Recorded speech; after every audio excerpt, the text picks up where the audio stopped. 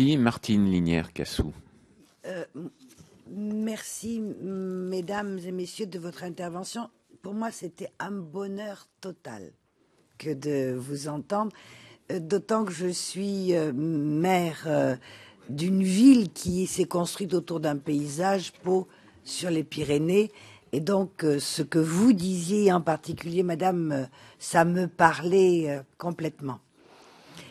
Vous avez beaucoup insisté sur la dimension sensible du paysage et donc subjective, comme l'ont rappelé mes collègues, et en même temps, on voit bien qu'est en train de se construire une politique publique autour du paysage et qui serait la combinaison de ce que les uns et les autres vous avez décliné.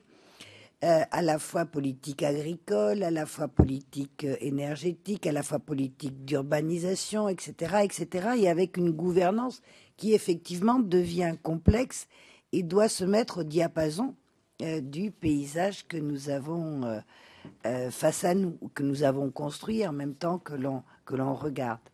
Sans compter que ce n'est pas forcément les hommes qui y vivent qui dévoilent les paysages, ce sont plutôt les voyageurs. Mais bon. Ceci est une autre histoire.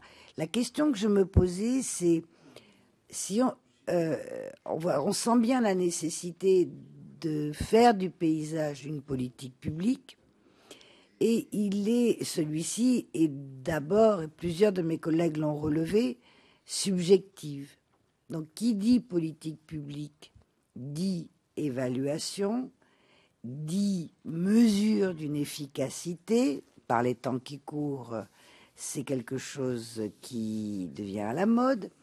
Et comment, sur un aspect qui est aussi sensible, vous verriez comment vous envisagez la mesure de l'efficacité ou la construction d'indicateurs d'efficacité de telles politiques.